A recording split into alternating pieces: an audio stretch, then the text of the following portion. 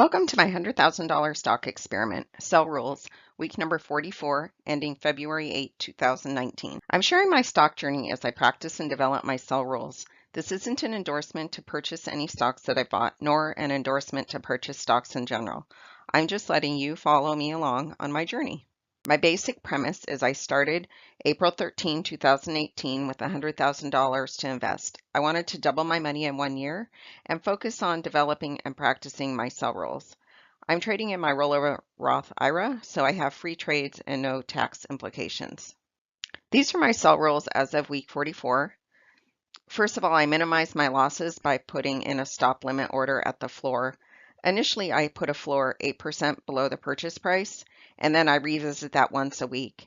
And I've recently implemented moving that floor up to the 23-day exponential moving average each week. I also want my stocks to be gaining a minimum of 0.5% a week. And I'm still working on my rule to protect my profits in what's my big runners and what I recently heard referred to as sluggers. So I'm wanting to protect profits in my sluggers. The market is in a confirmed uptrend, and that means it's okay to add to your portfolio. The S&P 500 closed the week at 2707. That dotted blue line was showing the previous 2 weeks where the stock had closed, and I wanted it to get above that, so it has gotten above that point, but it did hit resistance at that 200-day moving average, which is the white line. The stock went up to that point and then fell back down. So hopefully in the upcoming week we can see this stock move above that 200-day moving average. And ideally, I'd like to see this stock break 28.17, which is where I see that it showed resistance before. It has not been above that level since October 10th, 2018. The volatility index, the lower the better here. The yellow line is the $16 mark, which I wanted this VIX to be below that, and it did cross below that and close the week at 1572. So I'm hoping it gets down in that $12 to $15 range is a happy spot, or even below 12. I did sell 4 stocks this week. APYX, CDNA, and HLF were my 3 weakest stocks last week, and I wasn't surprised that I sold them. But Chegg totally surprised me. It was my second strongest stock last week. Herbalife I sold on 2/7 for $58.89. I had held that stock for 27 days, just over 5 weeks, and it was down 0.5%. Notice that the pink, the green, and the blue diagonal lines, which are the moving average, the 8-day, the 13-day, and 23-day exponential, those are all right around crossing each other, traveling very close to one another in that one. And when a stock is doing that, it is not advancing the way that I want stocks to be advancing in my portfolio. CareDx, I sold on February 4th for $25.69. I only held that for 7 days and it was down 8%. So I bought it and it tanked. APYX, I'm glad to get rid of this stock because I hate that I can't print the chart in Fidelity.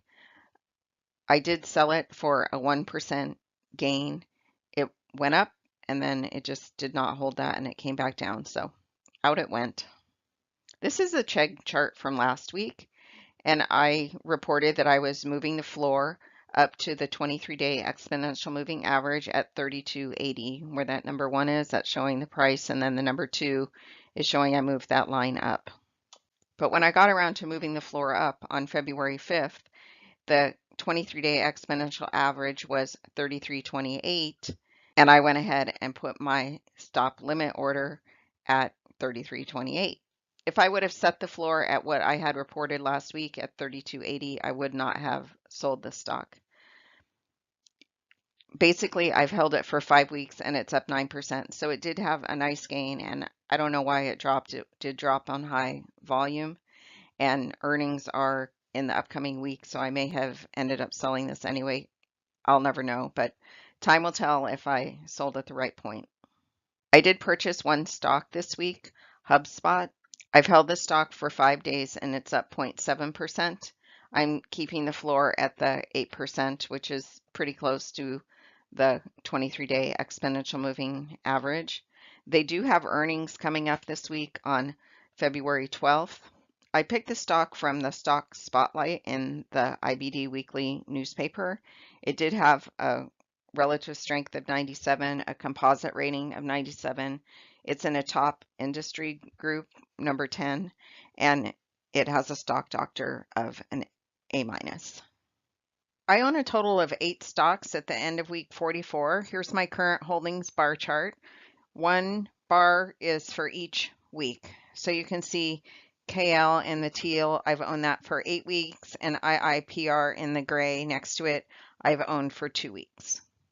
3 of the stocks are doing well, and Square has been up, down, and now is a little bit back up. It is up 16% in 5 weeks, which is pretty good, but it did have that drop down.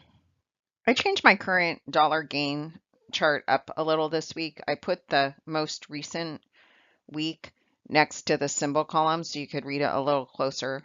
So I'm always sorting these with the losers on top. If I take care of my losers, I think my winners will take care of themselves.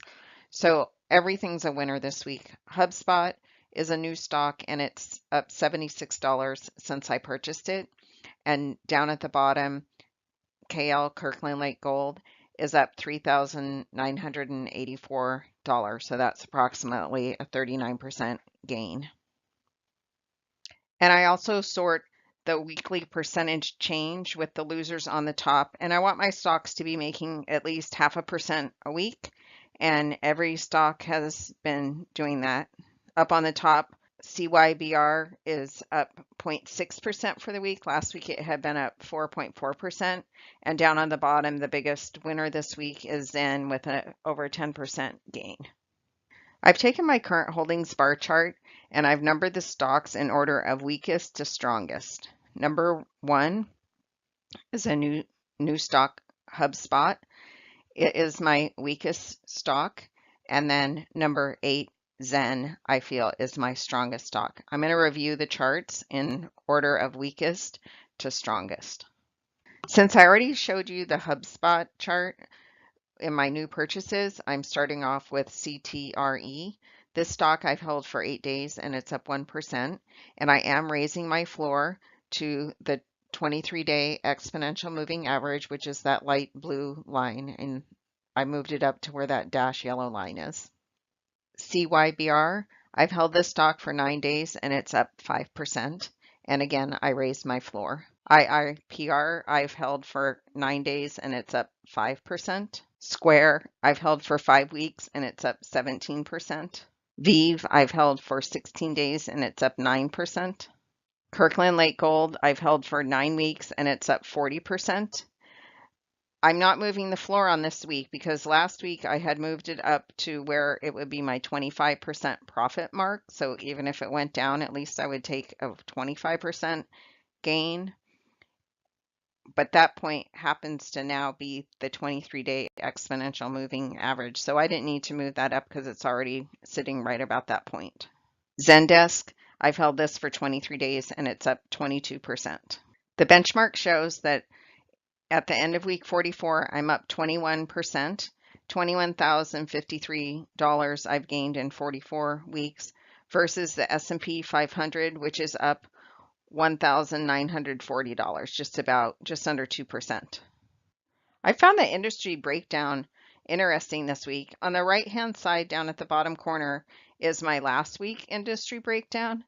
And both my stocks in the medical sector, which was the red last week, and in the consumer sector, which was the gray last week, both of those stocks sold in both sectors. So now I just have a breakdown in 4 different sectors: finance, mining, real estate, and software.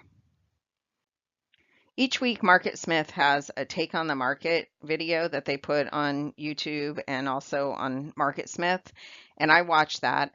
And in this week's presentation, the guy was talking about sluggers, not just your batting average, but you want to have sluggers, your super big trades. So I added this column in yellow there, my number of sluggers. And I consider a slugger anything that's over a 20% gain. So down at the bottom of this chart for the week ending February 8th, my batting average is 100%. I have 8 stocks and 8 winners, and 2 of them are sluggers. So my largest gain is continuing to go up. Last week it was 35,000, sorry, I wish it was 35,000, $3,528, and this week it's 3,975. And my total gain did go down a little bit, but that is also due because I sold some stocks, 4 of them. Down at the bottom, you can see the week ending February 8th, my sold positions. I sold 4 stocks. 2 were winning stocks and 2 were losing stocks. My largest gain was 9%, $932, and my largest loss was 8%, $807. My cash balance at the end of week 44 is $31,588. Thanks for watching. Keep an eye out for my next episode, or better yet, subscribe to my channel. Don't forget to hit the bell if you want an alert when I post a new episode.